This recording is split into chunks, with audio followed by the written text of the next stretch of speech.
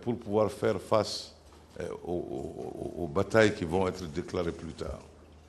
Maintenant, la quatrième partie de notre stratégie consiste à militairement aller à la reconquête, n'est-ce pas, des territoires occupés illégalement. Et finalement, la cinquième partie consiste à sécuriser les territoires reconquis.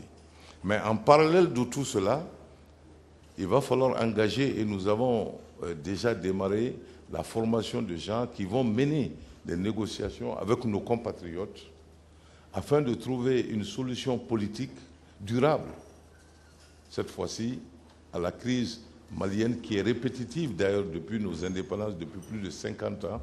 Tous les 10 ou 15 ans, nous avons un soulèvement dans le nord du pays. Et ce ne sont pas tous les Touaregs, c'est un groupe de Touaregs parce que nous avons beaucoup de problèmes complexes aussi là-bas. Parce que c'est une société qui est basée un peu sur un aspect un peu féodal, qui a été exacerbé donc par l'avènement de la démocratie, qui a enlevé des mains de ceux qui ont l'habitude de diriger le pouvoir pour le remettre entre les mains de ceux qui sont les plus nombreux. Donc ce problème, nous pouvons le résoudre à travers des politiques de décentralisation. Toujours est-il que nous allons mener une négociation, mais prendre le temps qu'il faut. Une fois que nos populations sont sécurisées, prendre le temps qu'il faut pour négocier avec nos compatriotes et trouver une solution durable aux problèmes de développement et aux problèmes politiques qui ont causé cette crise. Voilà essentiellement ce que je voulais dire. C'est-à-dire, je suis convaincu qu'avec de la bonne gouvernance, avec la bonne gestion de la ressource humaine, avec la transformation de nos ressources naturelles, avec une politique qui va donner priorité aux échanges de commerce entre nous, Africains, et ensuite, en nous assurant que nous avons la paix et la sécurité pour nos concitoyens, je suis convaincu que le 21e siècle sera le siècle de l'Afrique. Évidemment, ce sont des grands si, mais je suis optimiste. Je vois la nouvelle génération d'Africains qui est en train de monter, d'ailleurs qui est exemplifiée et personnalisée ici par le président de la Fondation Amadeus. Nous avons une jeune génération qui est en train de monter avec des idées, avec des ambitions et surtout aussi des solutions très précises pour ce continent qui feront que ce rêve de nous accaparer du 21e siècle deviendra une réalité. Je vous remercie. Merci beaucoup. Merci beaucoup, Monsieur le Premier ministre. Merci d'avoir été en quelque sorte le témoin de ce qui se passe au Mali. Vous avez témoigné. On a rarement l'occasion de vous entendre parler comme ça parce que j'imagine que le reste du temps, vous travaillez, vous devez travailler à résoudre justement ce problème, à résoudre cette crise.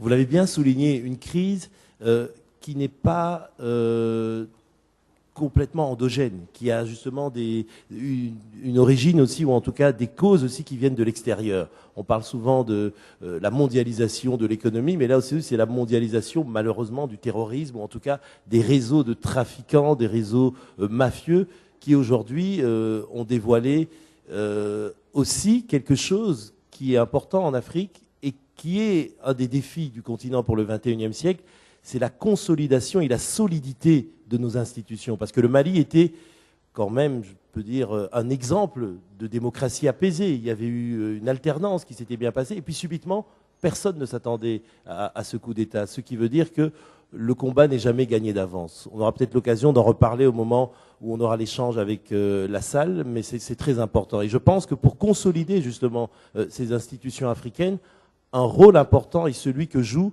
les institutions sous-régionales, et notamment les COAS, dont j'ai évoqué tout à l'heure, en tout cas la maturité en termes d'intégration et d'échange au niveau justement de l'Afrique de l'Ouest.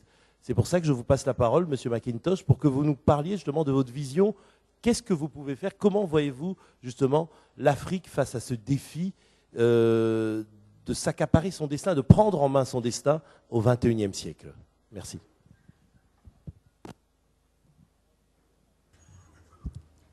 Thank you very much, and let me also express our gratitude for the invitation. And like my brother here, is our second time participating in this very, very useful conversations.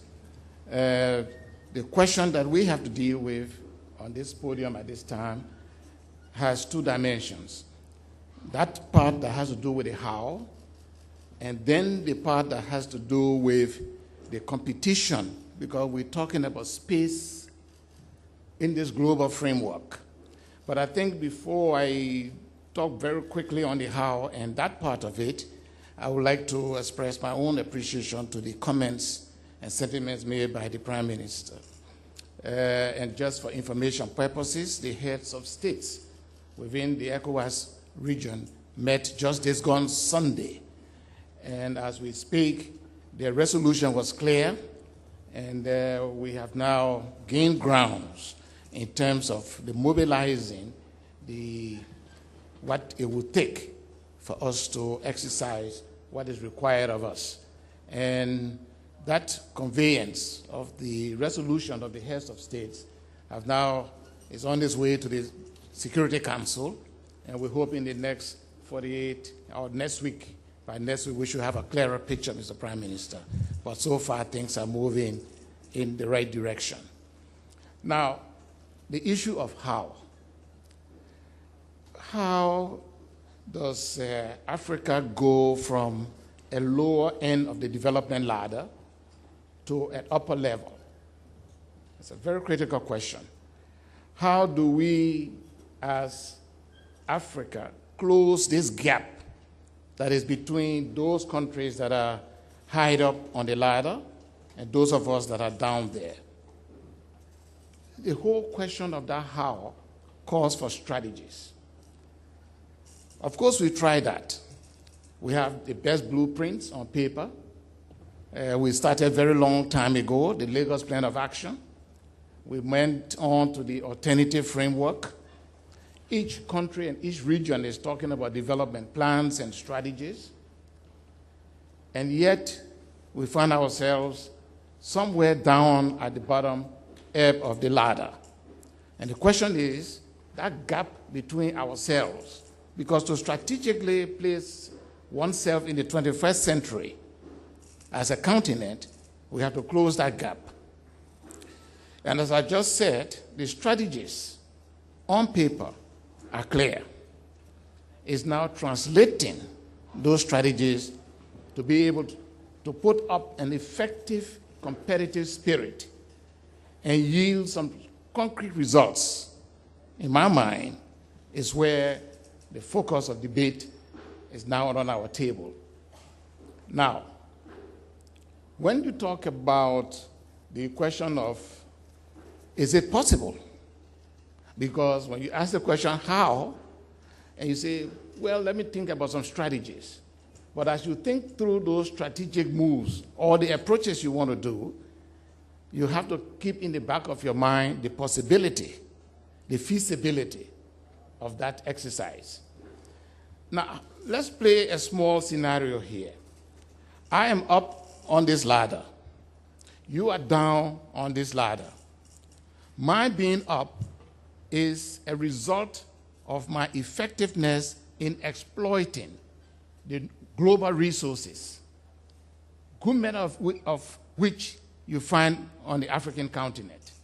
So somewhere my being up is clearly an outcome of how well I use those resources from down there. To give up that space up there and accommodate the person down there in a competitive playing field is a very difficult challenge. It's a challenge on the part of the Africans themselves, and it's a challenge on the part of our development partners and those friends of Africa that find themselves up there and are willing to give up a little space for us to close the gap. There are people up there too who are not willing to give up any space. And so we are caught in this paradox. How do we move up into that space when some of the people, powerful people, are not willing to come down and give us a little space? I think this is where, when the issue of human capital was put on the table by the Prime Minister, and I'm sure, Professor, you also said something like that. And this is where the question of effective utilization or management, I will use the word management, of our abundant resources on the continent. I'm interested to know, hopefully by next year, I want to see a complete study, a comprehensive study on what is it that we have, that this whole world is running after us. So if we pose a question, is the continent of Africa going to be the 21st century continent?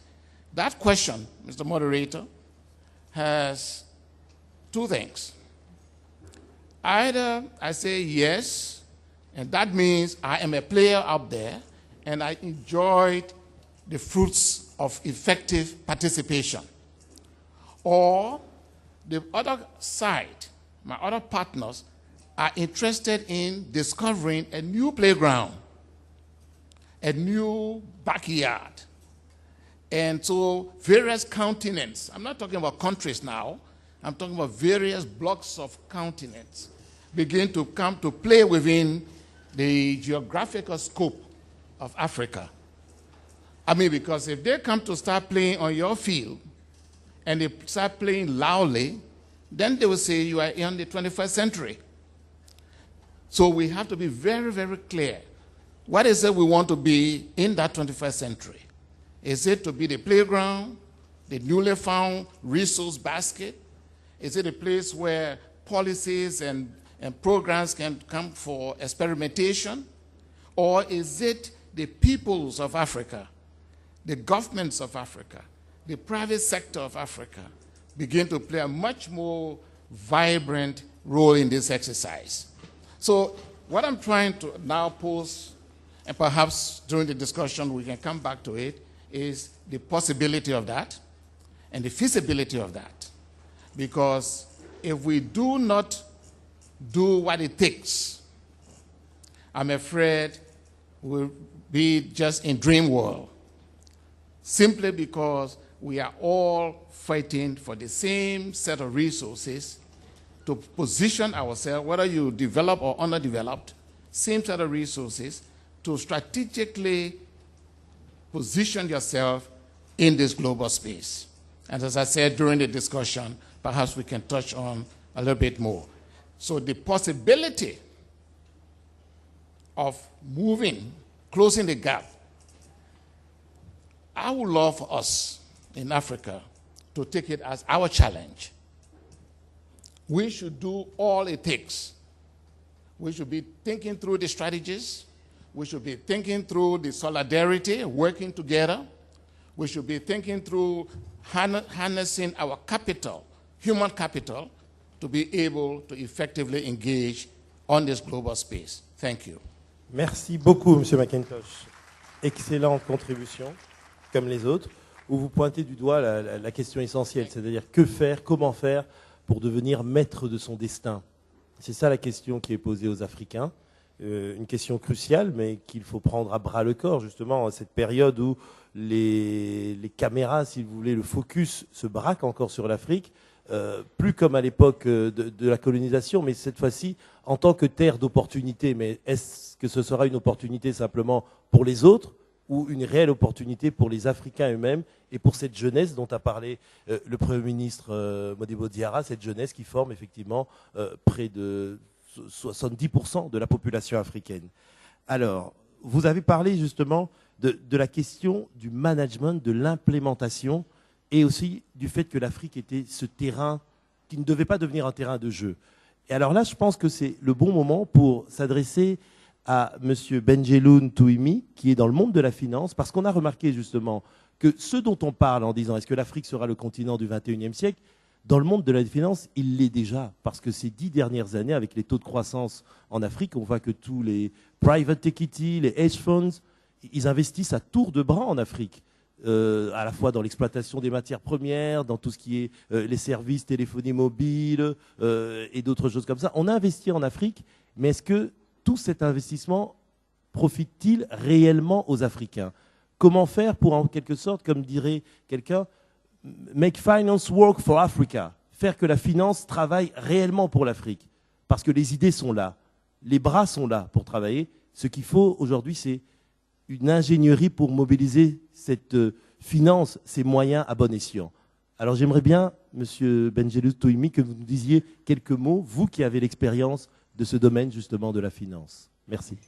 Merci Monsieur Nyundu. Si vous permettez, je répondrai à votre question à travers une dernière conviction qui sera en relation avec, permettez-moi l'expression, l'intégration entrepreneuriale. Et je serai véritablement en train de répondre à cette question spécifique. Mais auparavant, je voudrais faire part de 5 convictions.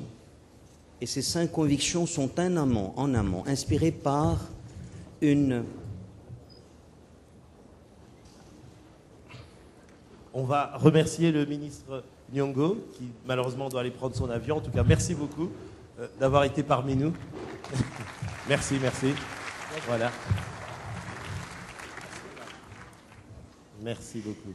Je disais, ces 5 convictions sont inspirées en amont par, permettez-moi de penser à une maxime d'un auteur français, puisque ce thème est prospectif, celui qui nous est proposé aujourd'hui, comment faire de l'Afrique le continent du XXIe siècle. Il s'agit d'Antoine de Saint-Exupéry, donc c'est très prospectif. Je remercie d'ailleurs les organisateurs et le président d'Amadeus, M. Brahim Fassifiri, de nous avoir invités. Cet auteur dit, pour ce qui est de l'avenir, il ne s'agit pas de le prévoir, mais de le rendre possible. Alors les 5 autres convictions, je dirais 3 sont en relation avec un citoyen africain que je représente. 2 autres sont en relation avec le rôle et la fonction que je représente, donc un représentant du secteur privé et un financier. Alors si vous permettez, je commencerai par les 3. La première conviction.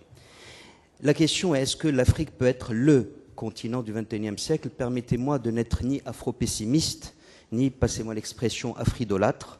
Je dirais qu'il est probable que l'Afrique soit l'un des 2 continents du XXIe siècle, parce qu'il y a déjà l'Asie, et il est probable que la croissance économique mondiale soit tirée pendant longtemps par l'Asie.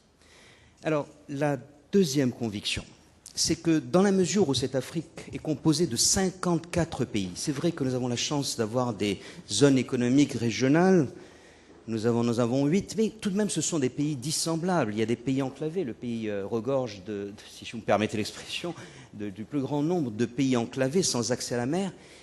Il faut, et c'est pour ça que je disais c'est le citoyen africain, il faut sans doute qu'il y ait une espèce d'utopie fondatrice, créatrice. Ça vous semble loin de la part d'un banquier. Je crois que, et ça s'adresse aussi bien aux politiques, au secteur privé, aux gens du multilatéral qu'aux gens des institutions bilatérales, il faut une utopie fondatrice pour s'élever par rapport aux cadres nationaux étriqués que nous représentons tous, pour s'élever par rapport aux intérêts politiques égoïstes, pour s'élever par rapport aux agendas d'élections proches et aller regarder comme les hommes d'État qui regardent la prochaine génération plutôt que les prochaines élections, et se dire que ces 8 zones économiques qui existent, eh bien, qu'on en fixe. Et il y a eu effectivement les déclarations d'Arusha, d'Abuja, pour donner une vision de ce que devrait être cette Afrique, c'est-à-dire une Afrique qui accélère son intégration régionale. Et je pense que lorsqu'il y a ainsi une utopie, celle d'arriver d'une zone d'union douanière régionale à une union douanière continentale, d'une zone de libre-échange régionale vers une zone de libre-échange continentale, vers peut-être une union monétaire continentale, vous avez en ligne de mire une utopie qui permet de mettre en branle dans les différentes régions d'Afrique des forces qui vont dans le bon sens. Et je voulais dire alors, comme deuxième conviction, accélérer le processus d'intégration régionale. Et justement, on a essentiellement au centre et au sud de l'Afrique des leçons à prendre dans le reste de l'Afrique. Et puis là, on arrive au comment. Comment faire que l'Afrique puisse être le continent du XXIe siècle? Ça serait la troisième conviction. Il me semble, toujours le citoyen africain, on n'est pas arrivé à ce qui concerne les banquiers. Il faut s'atteler, me semble-t-il, à 3 chantiers prioritaires qui ont été bien entendu évoqués dans ces Med Days et ailleurs dans les forums. Le déficit d'infrastructures considérable pour les plus emblématiques d'entre eux, le transport, la communication, l'énergie. Alors l'énergie, la connexion, sa connectivité, les énergies renouvelables, l'eau, l'assainissement, l'eau potable, les transports, on l'a dit, les routes. Mais pour pouvoir avoir tout cet argent-là Parce que, si vous voulez, il faut presque être fétichiste et se dire que les États devraient pouvoir avoir un chiffre emblématique du PIB qui devrait être investi dans l'agriculture.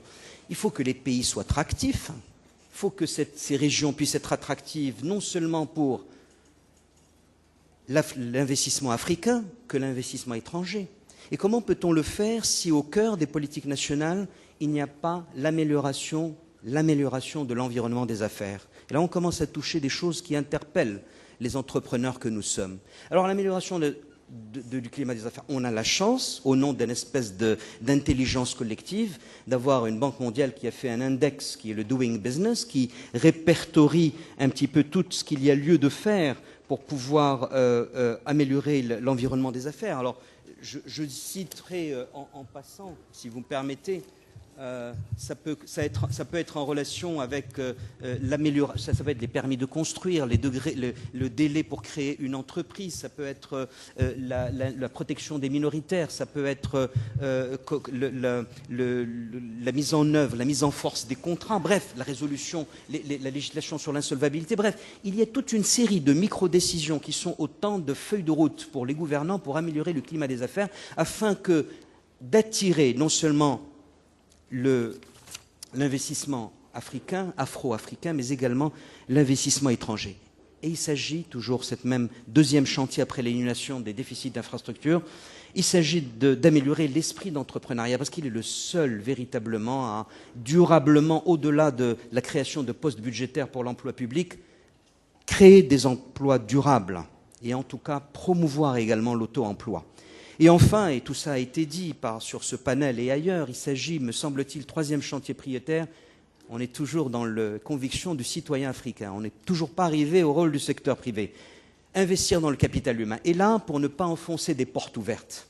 Moi, je pense simplement, vous l'avez dit, Monsieur le Premier ministre, l'Afrique est jeune et j'ai cru lire quelque part qu'à l'âge médian de l'Afrique, c'est 20 ans. Alors nous sommes dans une Afrique jeune où la digitalisation, à l'ère des réseaux sociaux, des Facebook, des Twitter, la digitalisation de l'Afrique et de la jeunesse est quelque chose à porter, qui peut permettre même de dépasser des stades de développement. Alors concrètement, qu'est-ce que cela veut dire quand il s'agit de former le capital humain?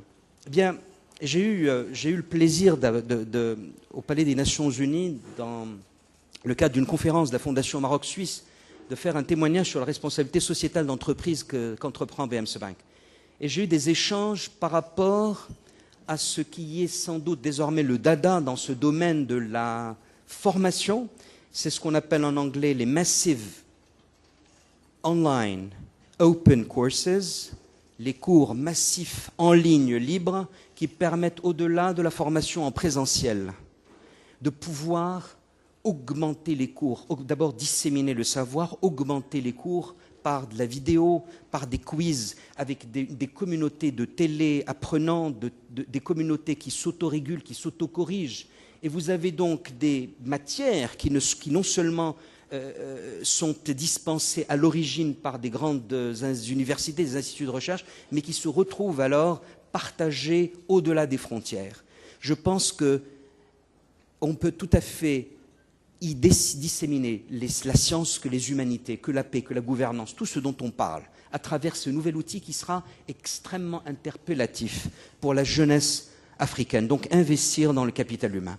Et nous arrivons au bout de ces trois convictions, si vous permettez, de citoyens africains, en disant, mais alors, utopie fondatrice, accélérer les regroupements régionaux, il y en a 8, il s'agit d'aller vers une monnaie commune demain en Afrique pour se le donner en ligne de mire, un peu à l'image quand un pays candidate et qu'il obtient une Coupe du Monde, vous avez mis en branle à partir de là un certain nombre de chantiers qui concourent tous à ce que ça soit un succès. Eh bien, dans l'entretemps, qu'est-ce qu'on fait? Eh bien, c'est là où on pense à cette région et on pense à ce pays. Parce que je suis représentant d'un secteur privé, le secteur public et le secteur privé se trouvent rassemblés autour d'une même vision. La vision est que l'Afrique, elle est partagée grâce à Dieu à travers le monde, mais l'Afrique est la nouvelle frontière de développement de ce pays, de cette économie. Ça peut être au nom, et cette fois-ci c'est plus marocain, au nom des liens qui ont été tissés dans l'histoire, des liens spirituels, religieux, je dirais, avec essentiellement le nord-ouest de l'Afrique, Le Maroc est crédible, il a été à l'origine de la dissémination d'une spiritualité abrahamique à travers l'islam. Eh bien, il s'agit de transformer cet essai-là économiquement et que ce Maroc, le hasard fait qu'il est si proche de l'Europe, de 13 kilomètres, ce Maroc qui a ce positionnement-là peut représenter un pont entre l'Europe et je dirais même le monde développé et cette Afrique subsaharienne. Et il s'agit pour ce pays-là, dans ses intérêts égoïstes, si je puis me permettre, de dépasser le face-à-face européen, surtout dans un contexte où l'Europe se voit ralentir et qu'il ne s'agit pas que l'économie marocaine soit autant impactée, évidemment, par le ralentissement, surtout dans les secteurs où elle est tributaire de la demande étrangère. Donc dans ce contexte-là, encore une fois, nous avons un projet qui va être évoqué dans ce panel, c'est Casa Finance City. Elle tient beaucoup à cœur à la communauté financière parce qu'elle représente, et c'est là l'avant-dernière conviction, l'intégration financière peut être un accélérateur de l'intégration économique dont je parlais à l'instant. C'est-à-dire qu'un projet comme celui-là, au service des pays africains, on espère davantage au service d'un Maghreb en panne, au service des pays africains, dans cette région du nord-centre-ouest, peut-être, encore une fois, par la mise en disposition, et je rejoins votre question de tout à l'heure, par la mise en étant un catalyseur de ressources, un catalyseur de savoir-faire. Je crois que le Maroc, parmi ses atouts, c'est son secteur bancaire, c'est sa solidité, il y a des pratiques qui peuvent être partagées. Je pense qu'il est représentatif de cette intégration financière. Et enfin, j'arrive à votre question, Monsieur Nindou, et c'est la 6e conviction, le hasard a fait la 5e, qu'elle coïncide avec une conviction, c'est qu'au sein de ce pays, les institutions financières et ailleurs, pas seulement au sein de ce pays, je trouve que nous avons de belles success stories. Le groupe BMCE, pionnier au nom de l'histoire, ce n'est pas un effet de mode, il n'a pas sacrifié à l'effet de mode pour être en Afrique. Ça date de 89, et puis ça s'est accéléré en 2004, et encore davantage en 2007. Donc je disais, des groupes comme les nôtres, comme le groupe BMC Bank, en ayant fait le choix de prendre le contrôle d'un groupe dont la seule enseigne est toute une promesse, la Banque de l'Afrique, Bank of Africa, eh bien, il contribue à une espèce d'intégration, pardonnez-moi l'expression, c'est un néologisme entrepreneurial. C'est-à-dire que le fait d'être sous une même enseigne, le fait d'avoir de mêmes pratiques, d'être selon les standards internationaux, parce que là aussi, grâce à Dieu, le secteur bancaire est selon les standards internationaux ici au Maroc, vous pouvez permettre de disséminer les bonnes pratiques et de dépasser les aspects de gouvernance. Commençons par les gouvernances d'entreprise. Il faudrait que les bonnes gouvernances, les bonnes pratiques, qui se trouvent dans les banques, puissent être disséminées à travers notre continent. Et on retrouve bien entendu des pays extrêmement développés de ce point de vue-là, au Kenya, Tanzanie, Ouganda, de culture essentiellement anglo-saxonne. Donc des groupes privés peuvent représenter l'archétype d'un moteur de cette intégration entrepreneuriale. Donc vous voyez, notre espèce d'africanité financière, elle est un credo parce que nous avons la foi dans un partenariat qui est maroco, ou je dirais plutôt afro-africain, et je dirais, pardonnez-moi aussi d'ajouter xéno-afro-africain, parce qu'il y a un partenariat étranger, nous pouvons faire appel à du partenariat européen, américain, asiatique, ici au Maroc, et aller ensemble, et j'espère pour ma part, avec nos frères de l'Est de notre pays, aller ensemble vers l'Afrique, parce que il faut, pour la jeunesse du XXIe siècle, hein, si l'on a envie que véritablement il puisse représenter le continent du XXIe siècle, il faut qu'il dépasse, qu'il ne parle plus simplement de mère patrie, mais de continent patrie. C'est l'Afrique. Merci. Merci beaucoup, merci beaucoup. On sent la passion, mais surtout la conviction. La conviction. Et vous parvenez à la partager. C'est certain qu'on aura l'occasion de revenir au moment de la discussion. Alors vous l'avez dit, le Maroc est à la frontière entre le continent africain, mais aussi proche de l'Europe. Et c'est l'occasion précisément, c'était ça un petit peu le tour qu'on a fait. On a eu différents témoignages d'Africains, mais d'Africains du monde. Ce n'est pas des Africains ancrés, sclérosés sur la réalité de leur continent. On a là un Premier ministre qui a fait une longue carrière aux États-Unis, donc c'est un Africain du monde. On est tous mondialisés de ce point de vue-là. Mais après avoir eu une prise de parole d'Africains, on va à présent donner la parole à un ami de l'Afrique. Un ami de l'Afrique qui n'a pas souvent l'occasion de s'exprimer publiquement. Je vais parler de la République d'Allemagne, précisément, comme je le disais. quelle est la stratégie allemande pour l'Afrique? Comment l'Allemagne peut-elle répondre à cette question, faire de l'Afrique le continent du XXIe siècle? C'est pour ça que je suis très heureux que vous soyez là parmi nous, Monsieur Nock, chancelier pour l'Afrique de l'Allemagne. Dites-en nous un peu plus, s'il vous plaît. Yes, thank you very much, ladies and gentlemen, Excellency. I'm lucky to be here, and I'm not sure I cannot answer all the questions and maybe fulfill the expectations, but of course, Europe is a neighboring continent to Africa and vice versa, and we should work together. That's very simple. And of course, what I would like to say under this heading of how to make Africa the continent of the 21st century is a general mark, and maybe also to speak about a very successful example. I think the continent has started to realize its enormous potential. For a long time, from a European perspective, Africa was perceived as a continent of crisis. This discourse has changed since the last 5 years. Opinion leaders have promoted Africa as an economically rising region and as the lions on the move, or the lion on the move. Overall, one can say that economic development has been very positive. Africa today is more dramatic, more democratic, and wealthier in global terms.